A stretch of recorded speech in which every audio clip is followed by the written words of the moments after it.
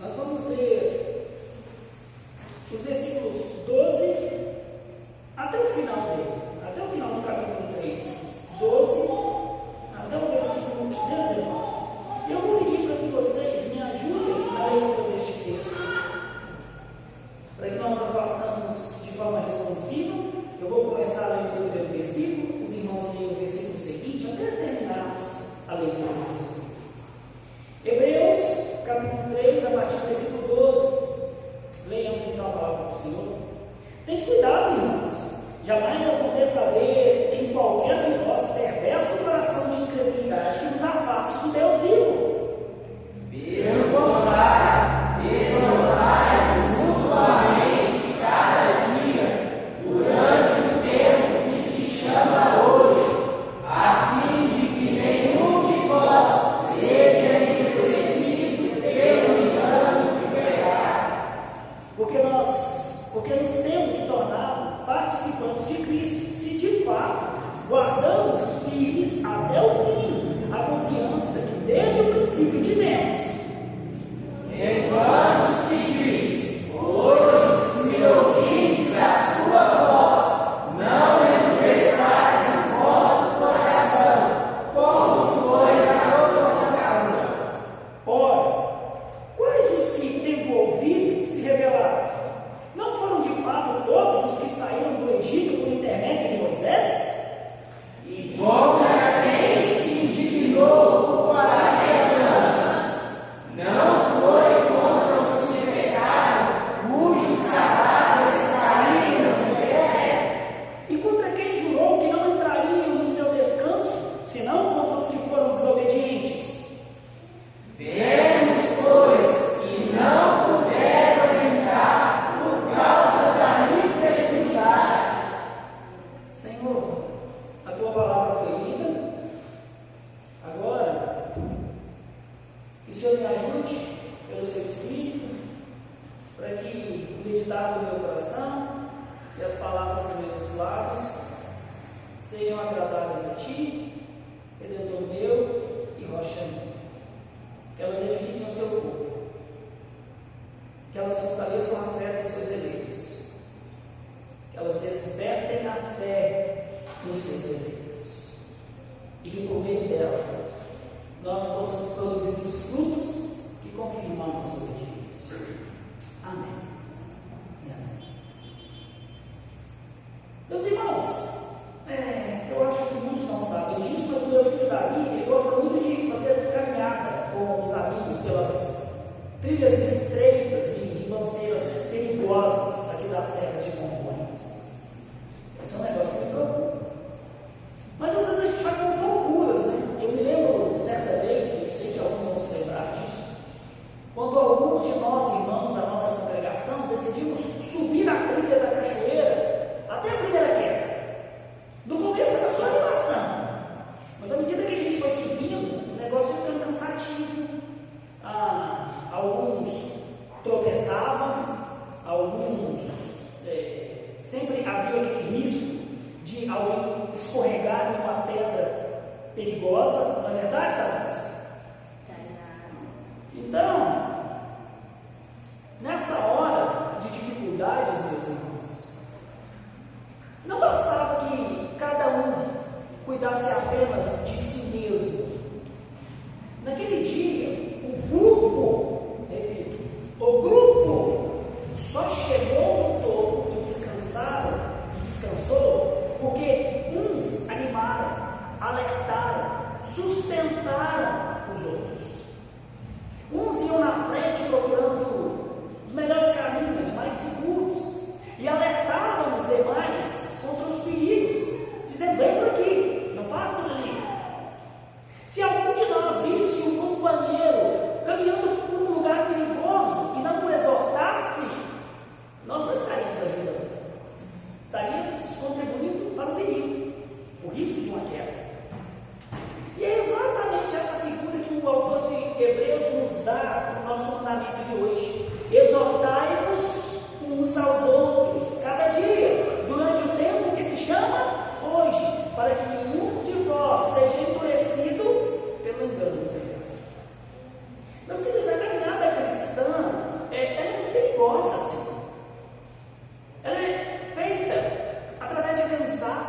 de enganos, de provações. É por isso que o Senhor Jesus Cristo, o Senhor da igreja, Ele nos deu irmãos para nos alertar, para nos animar, para nos corrigir, para que o pecado jamais nos engane, nos levando à desobediência, que não é outra coisa senão incredulidade à palavra revelada. Diante disso, meus irmãos, o que eu espero fazer essa noite é demonstrar que, porque o Senhor Jesus Cristo e a sua palavra são superiores, maiores do que tudo, nós devemos exortar uns aos outros a obediência que confirma a fé. Porque o Senhor Jesus Cristo é maior do que nós, é maior do que tudo, é maior do que todos. E a sua palavra, igual a ela, nós devemos nos exortar uns aos outros à obediência que confirma a nossa fé.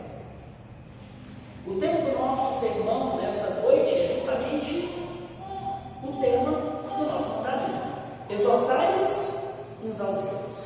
E nós vamos meditar neste exortar-nos mutuamente em 3 pontos. Nós vamos aprender que nós devemos nos exortar uns aos outros para não nos afastarmos de Deus. Segundo, por toda a nossa vida, nós devemos nos exortar.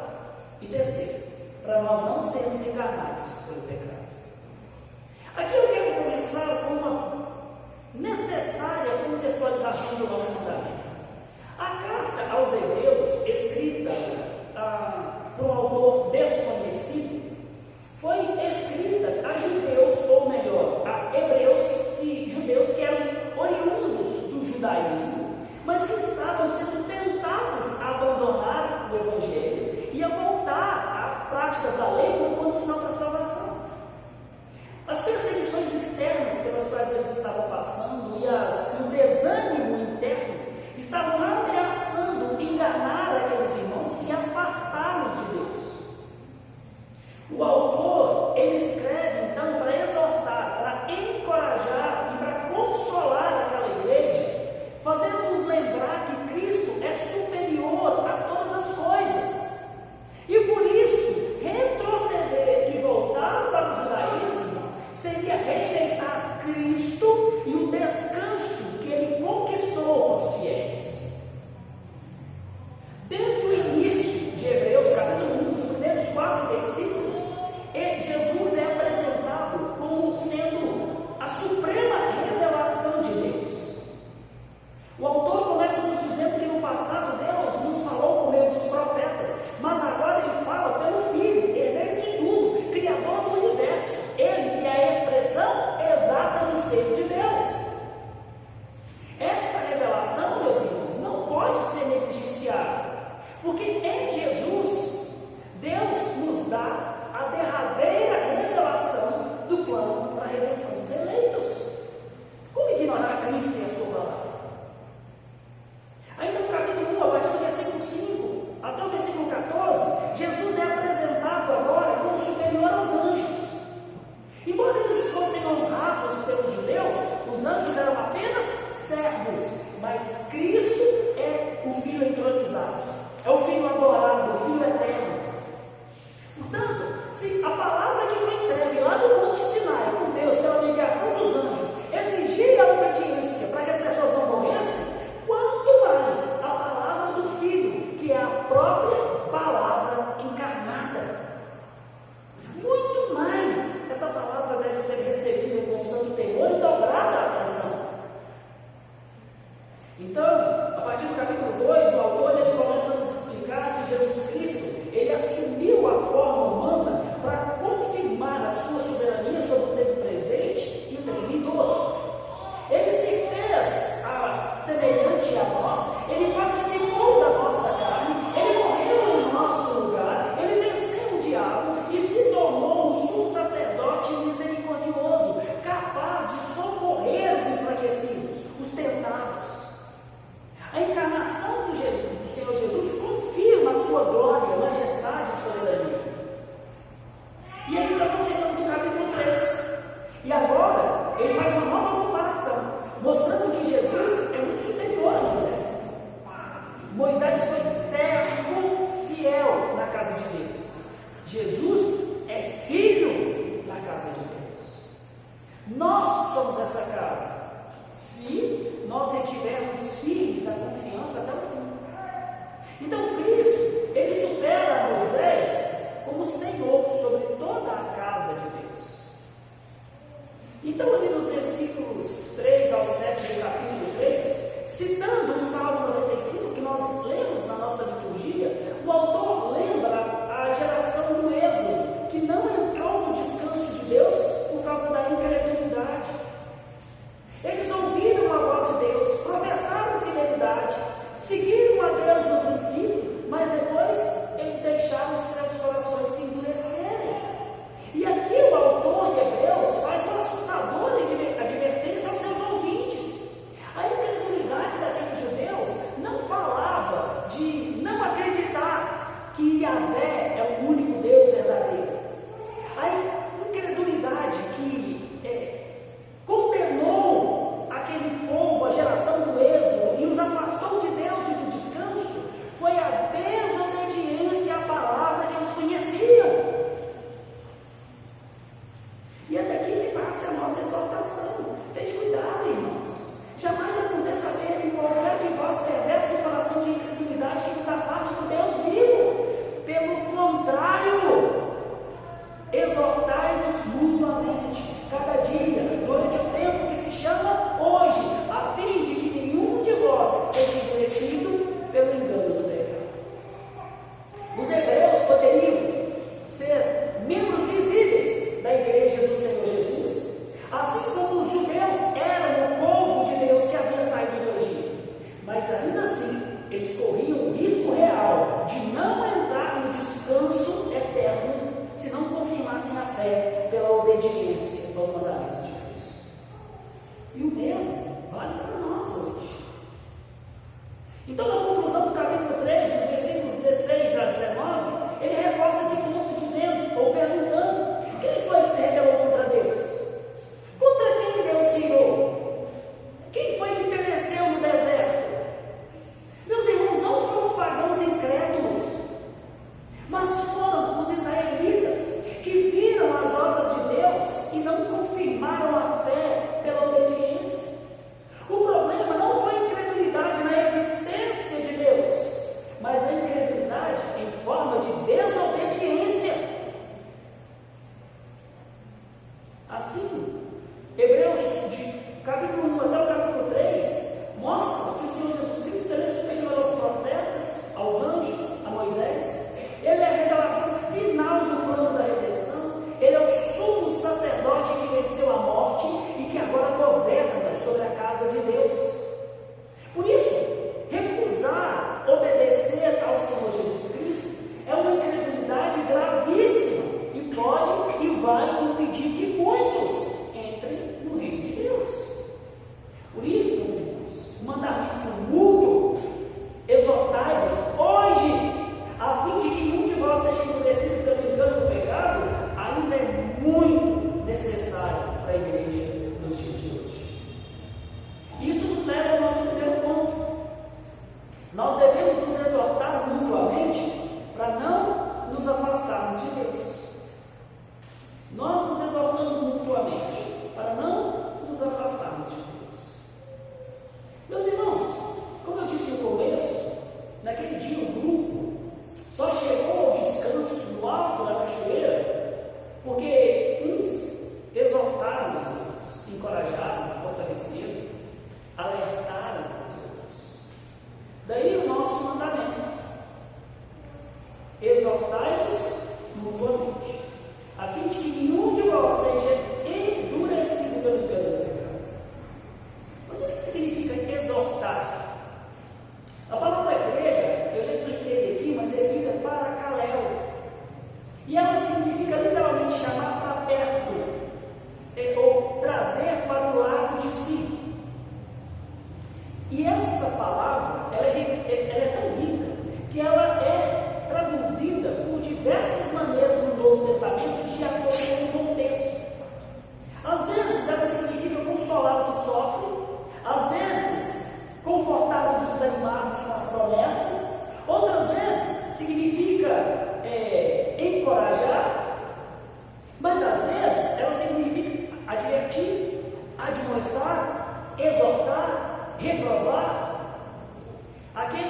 porventura estejam se desviando do caminho da verdade. Então, Paracaléu não é apenas um tapinha de incentivo, não é apenas palavras de encorajamento positivo. Paracaléu é chamar o irmão para perto, é confortar, ou, se necessário, confrontar com a verdade de Deus. Esse é o ministério completo do Espírito Santo para nos desviar da desobediência a Deus, que nos engana pelo pecado. E quem é o modelo deste ministério de consolação, de exortação? O próprio Espírito Santo. Em João 14, versículo 16, Jesus chama Jesus de um Paracletos, ou seja, o Consolador enviado da parte do Pai e do Filho para estar conosco.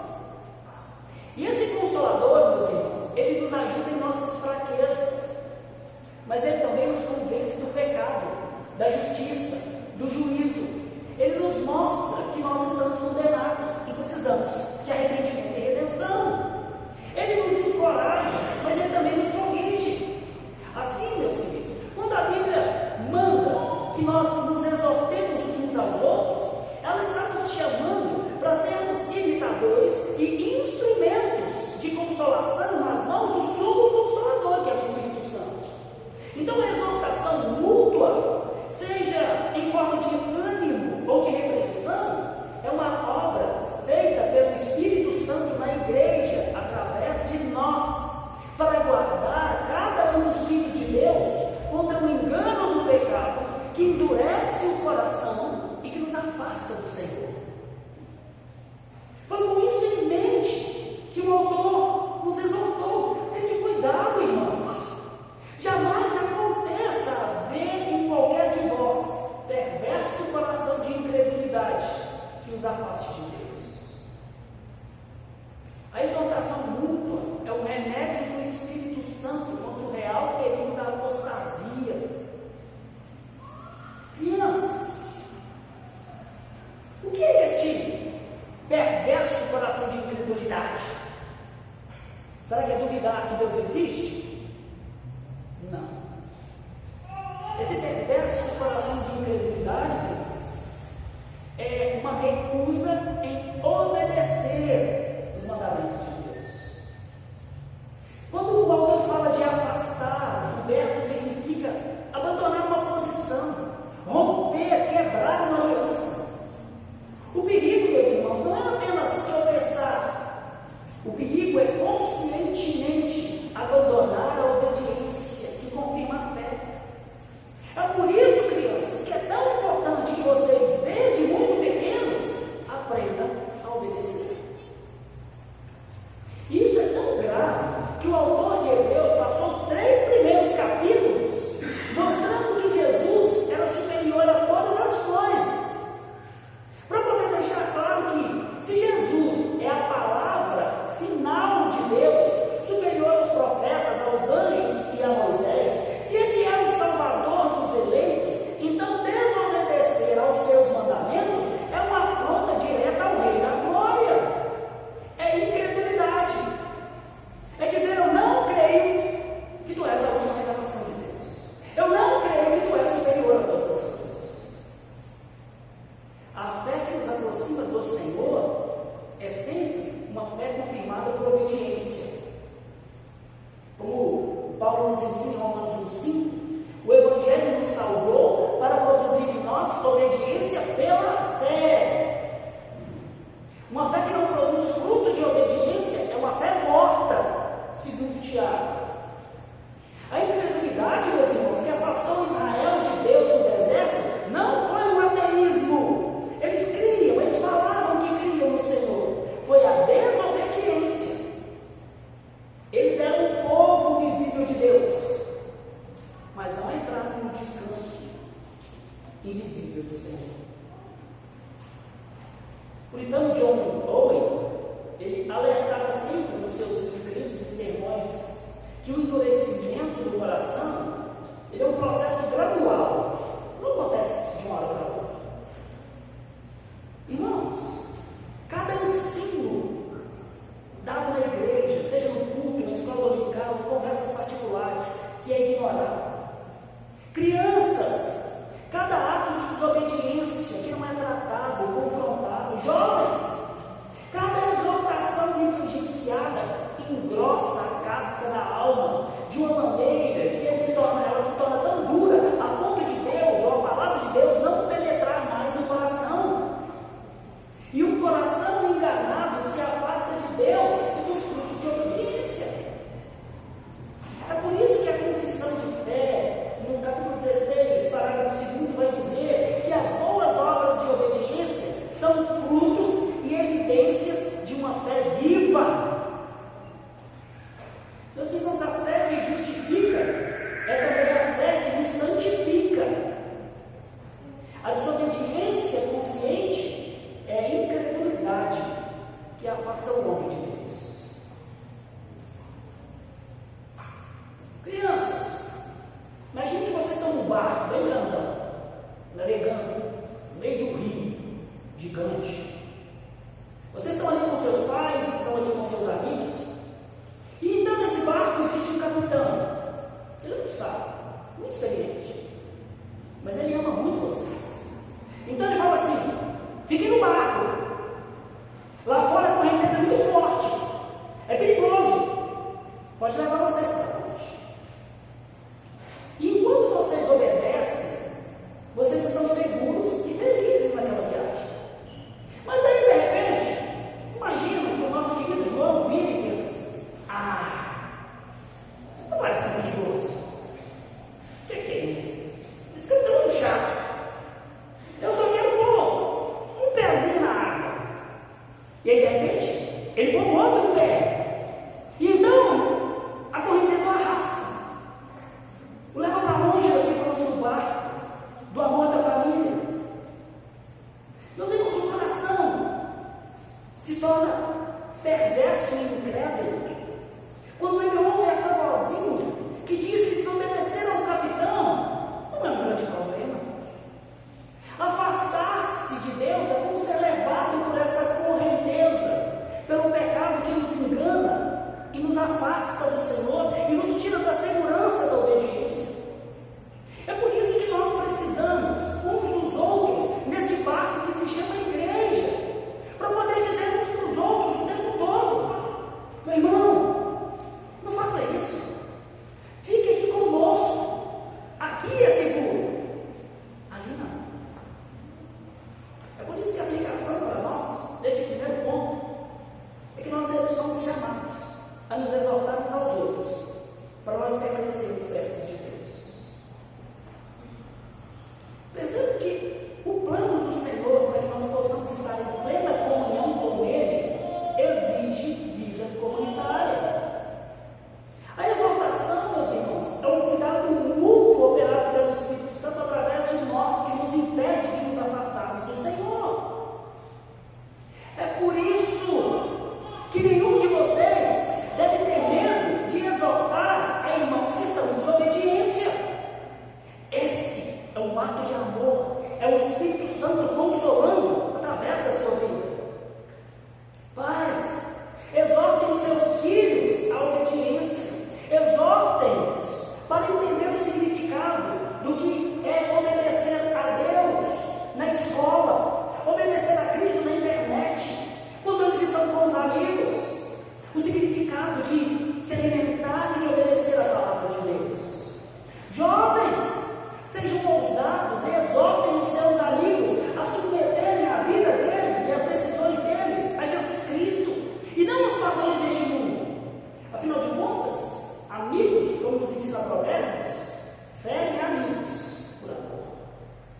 Cônjuges, maridos, esposas, exortem uns aos outros aos deveres conjugais ordenados por Deus.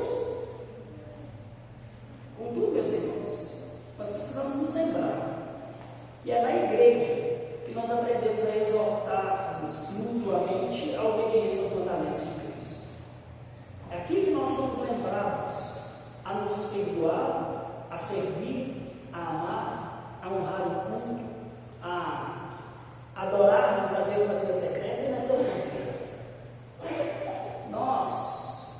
exortamos não para dominar e oprimir as outras pessoas, mas para guardar e proteger-nos aos outros.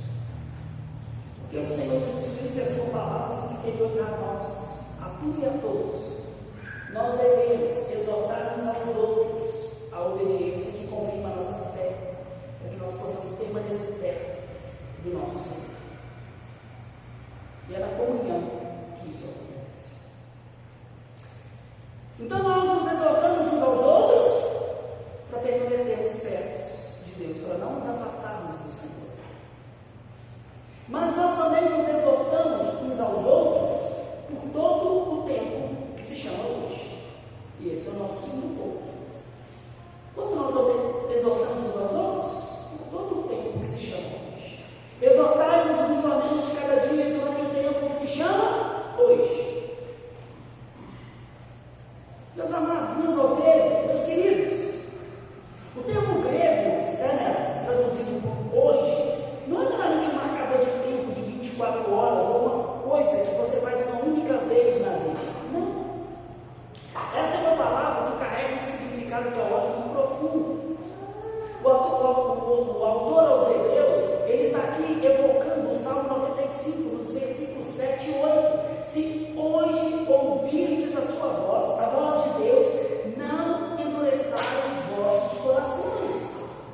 Este hoje é o tempo da responsabilidade, ou melhor, é o tempo da oportunidade, da graça, mas também da responsabilidade humana de responder à graça que é ofertada.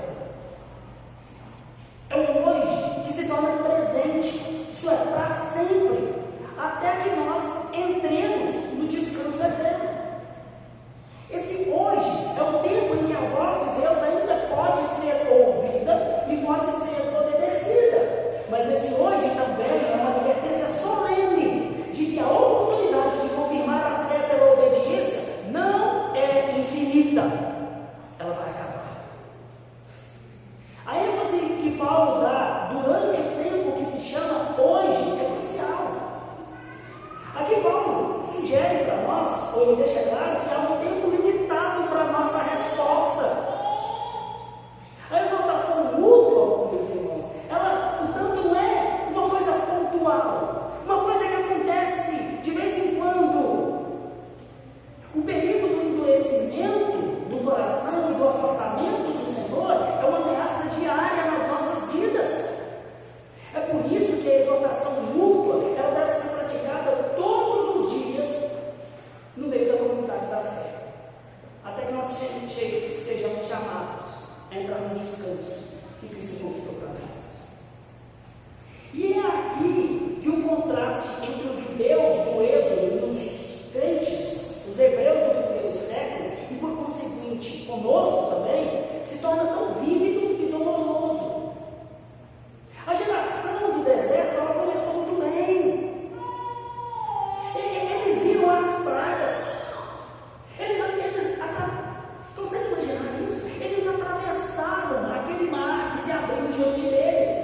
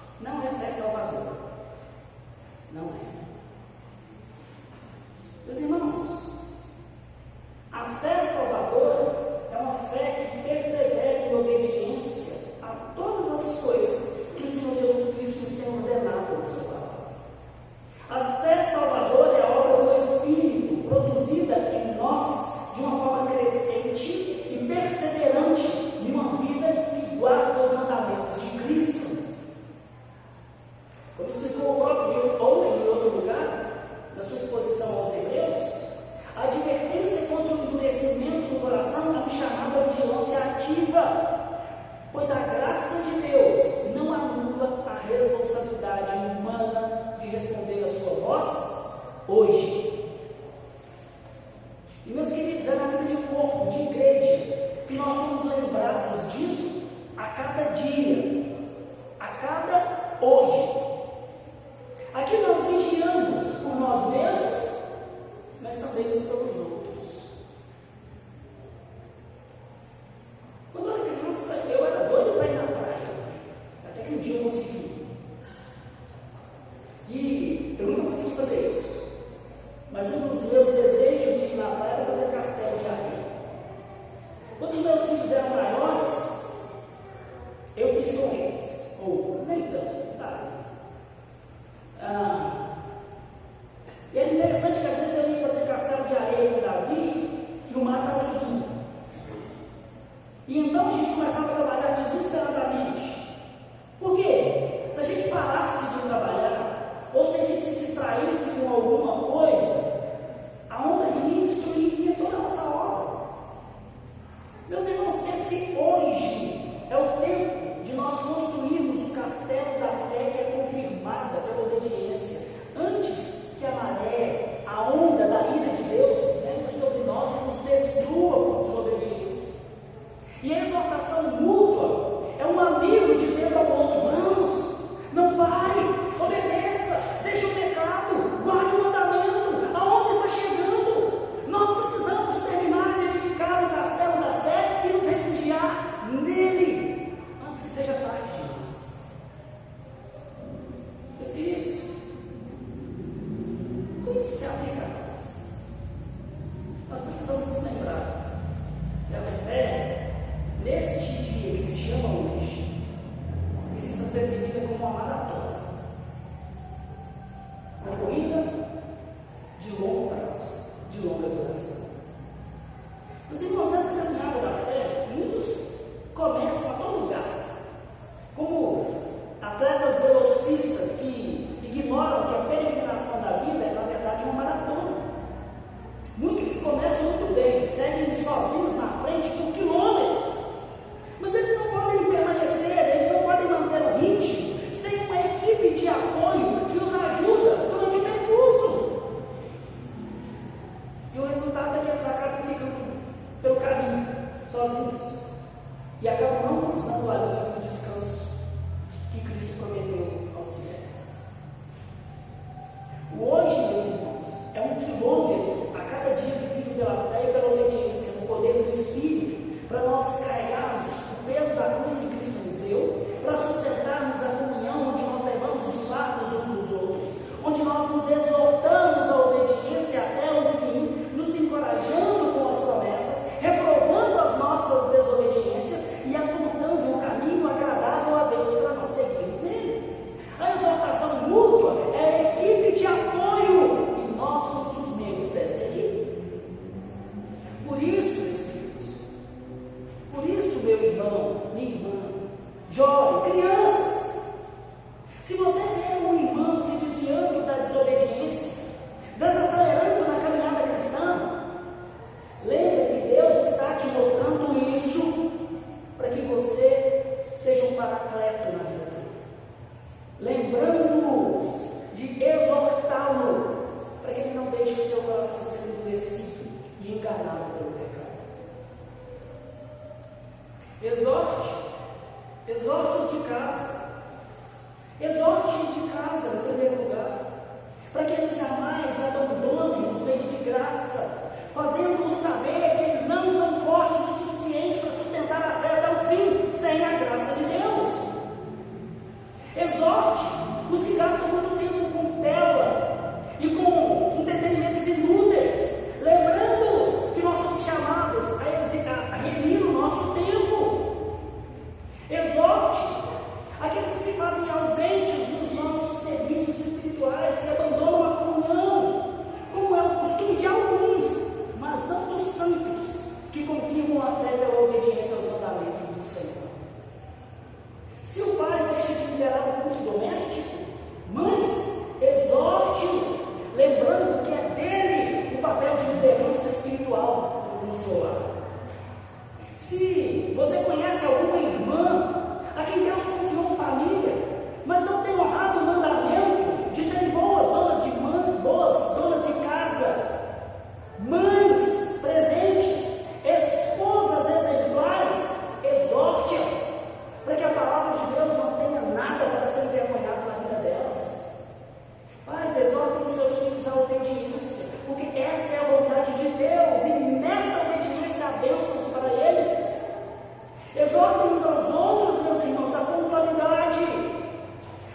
nossa palavra se prove como sendo sim, sim e não, não.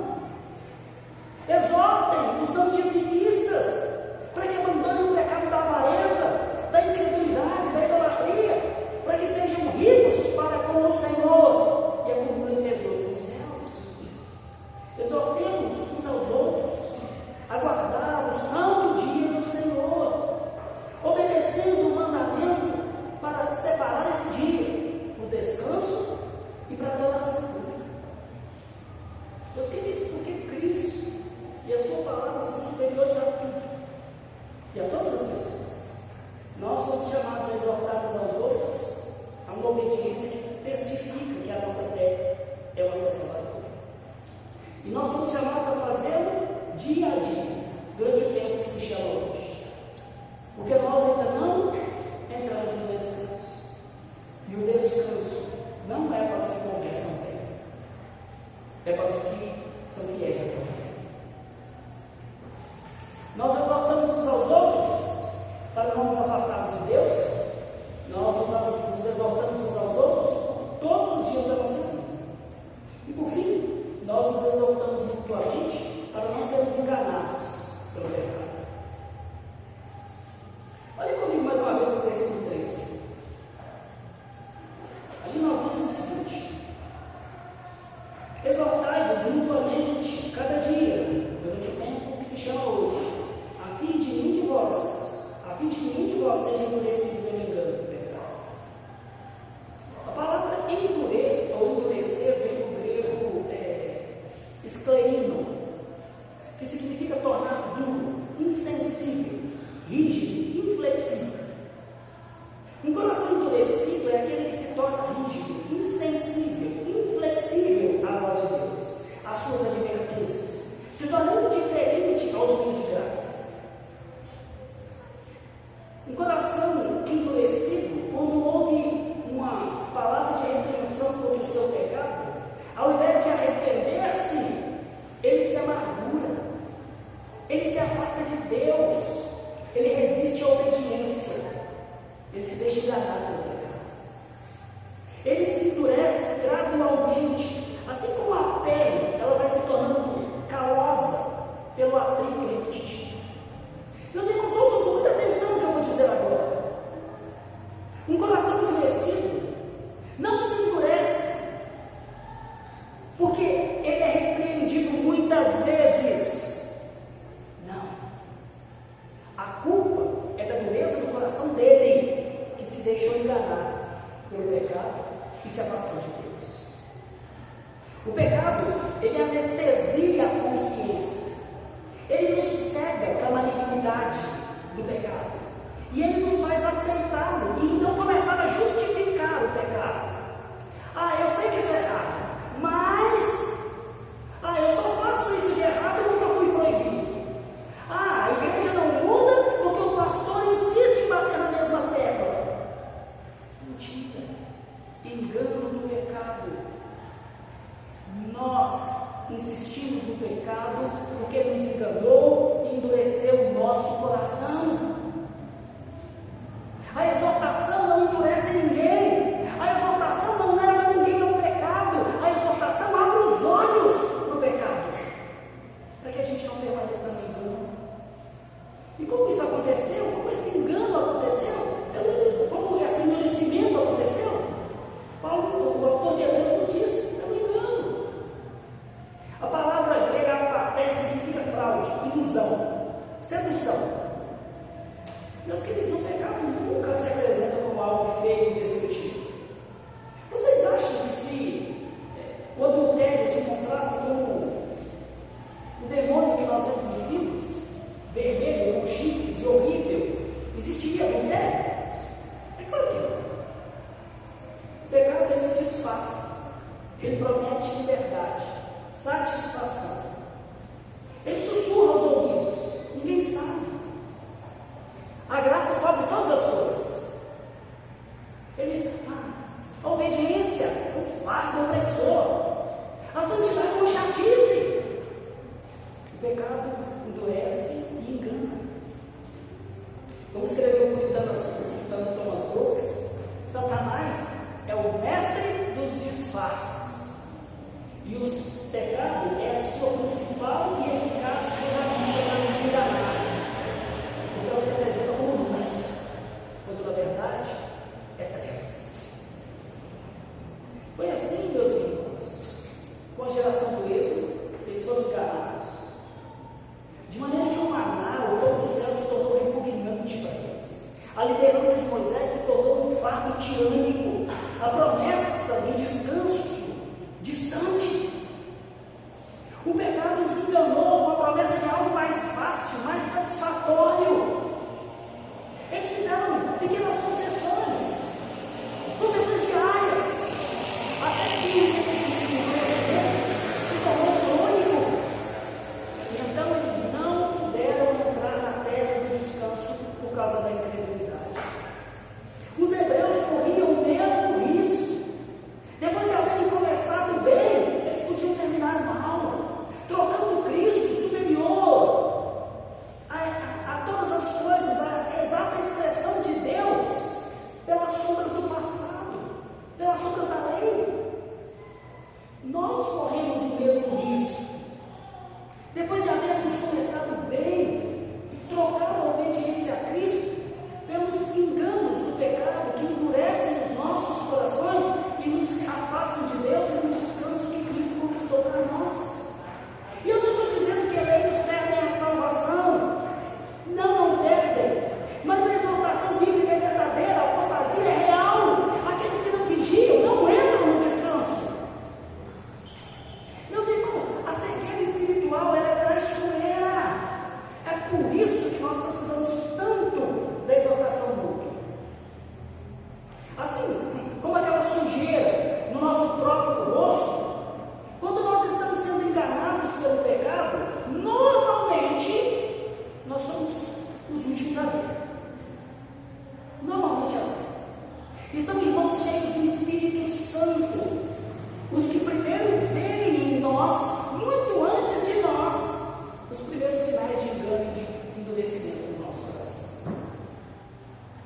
Percebe que maravilhoso é o plano de Deus para a nossa salvação. Na comunhão, nós conseguimos ver a nós mesmos pelos olhos dos outros. É por isso que nós lemos o texto da nossa liturgia, Hebreus 10, nos versículos 24 e 25, quando o autor nos diz: consideremos também uns aos outros, ouçamos o que os outros têm para dizer a nosso respeito. Para quê? Para nós nos estimularmos ou para nos exortarmos ao amor e às boas obras, e não deixemos de congregar, como é o costume de alguns. A exaltação mútua, longe de ser dureza, longe de ser uma maldade, meus irmãos, é um ato de cuidado pessoal, é uma expressão do amor de Cristo pela sua igreja. A exaltação mútua, ela é essa parte positiva de toda a consolação do Espírito, que visa a nossa santificação, que visa a nossa perseverança até o fim. Nós não temos o direito de escolher uma ou outra ferramenta. Nós precisamos sabiamente usar todas elas conforme a circunstância exigir de nós. E é por isso que eu quero deixar uma última aplicação para nós. Diante deste mandamento, lancemos mão do arsenal de toda a consolação do Espírito Santo, para nós nos exortarmos mutuamente, para que nenhum de nós seja enganado, endurecido pelo engano do pecado e seja separado de Deus e do descanso eterno. Meus queridos, a exortação mútua, bíblica, é um arsenal completo usado pelo Espírito Santo para nos guardar até a chegada do descanso. E nós, porque somos os instrumentos do Espírito para nos proteger uns aos outros, devemos usar todos os recursos. Nós não podemos usar só o consolo para o desanimado, não podemos usar só o encorajamento para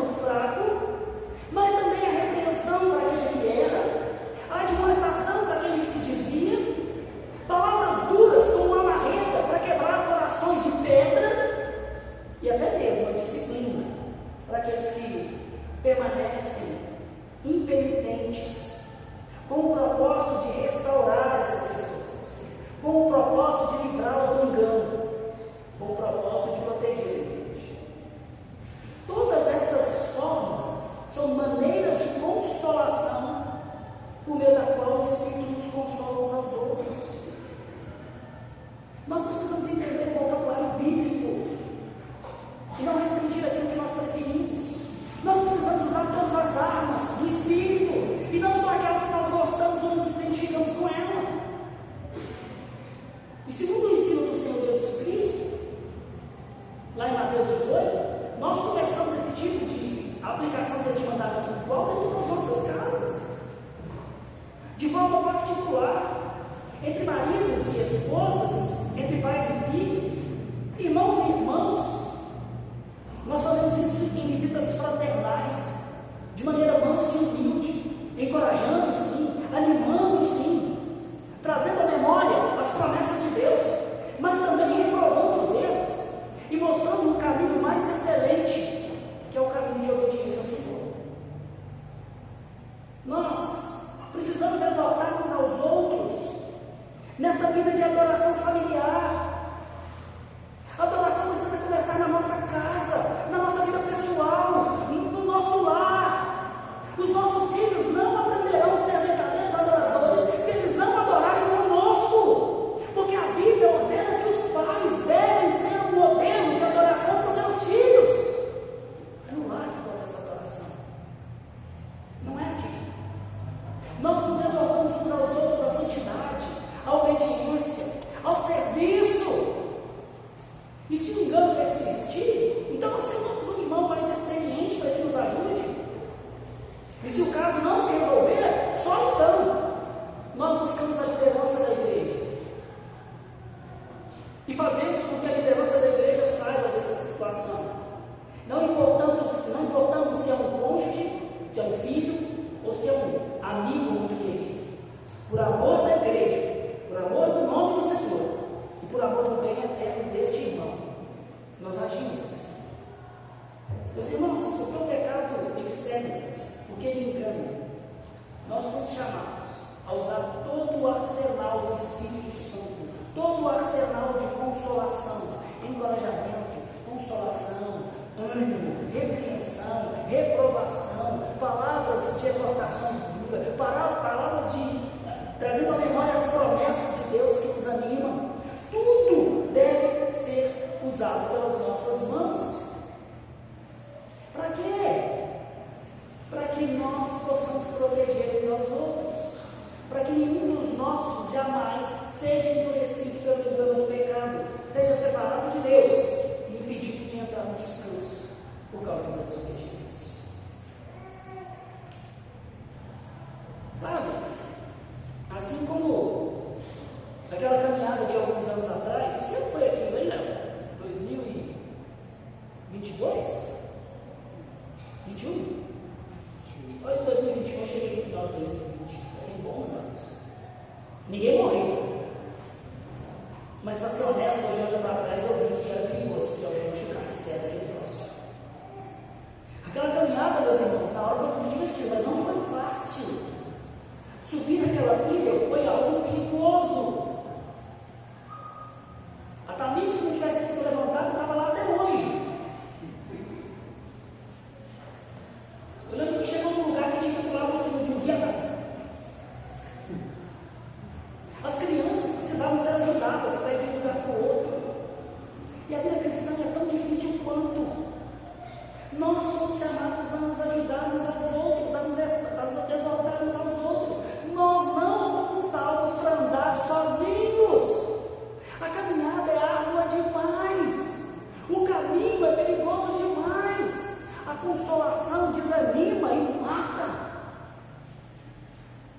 Cristo, meus irmãos, sendo superior a tudo e a todos, Ele nos chama para nós perseverarmos juntos, para nos exortarmos mutuamente, nos encorajar uns aos outros a jamais desistir. Nós seremos tentados a desistir.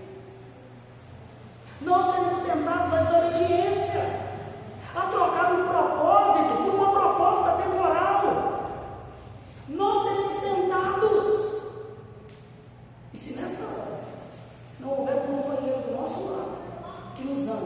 e que nos repreenda, que nos exorte e que nos chame à obediência, nós seremos enganados pelo pecado. Se você não tem andado sozinho, sem Cristo, ouça a voz do bom pastor que te chama.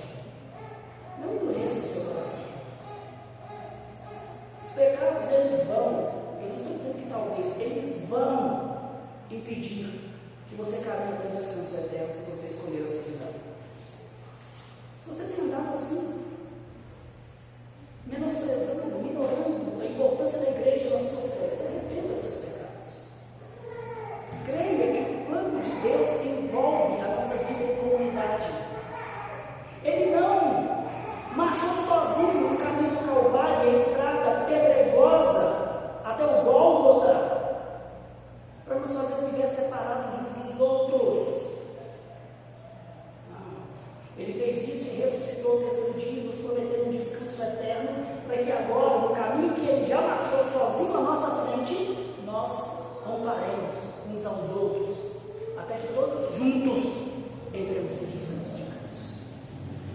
Meus irmãos, meus amados irmãos, rebanho que Deus me confiou, lembrem-se disso. A exortação mútua não é um peso, não é uma crueldade, não é uma maldade, é um plano de amor de Deus, é uma preparação para o descanso, no qual nós ainda não entramos, ao qual nós ainda não chegamos. Mas, para nós que decidimos nos exortar em obediência que confirma a fé e a perseverar até o fim, sem deixar que os nossos corações sejam endurecidos pelo engano do pecado, meus irmãos, vai chegar um dia em que nós não vamos precisar mais nos exortar uns aos outros, nós não vamos precisar mais nos alertar, nos admoestar, nos repreender. Há de chegar o dia em que nós veremos o nosso Senhor face a face. E nesse dia o nosso descanso será pleno, perfeito, eterno. Mas até lá, caminhamos juntos, olhando firmemente para o autor e consumador da nossa fé, Jesus Cristo. Porque Cristo, a sua palavra, são superiores a tudo. Nós devemos nos exortar uns aos outros a uma obediência que confirma a nossa fé. Por todo o dia que se chama hoje, para nós não nos afastarmos de Deus, e nenhum de nós ser endurecido pelo engano do pecado. Antes, cuidando uns dos outros, até que juntos nós entremos no descanso prometido.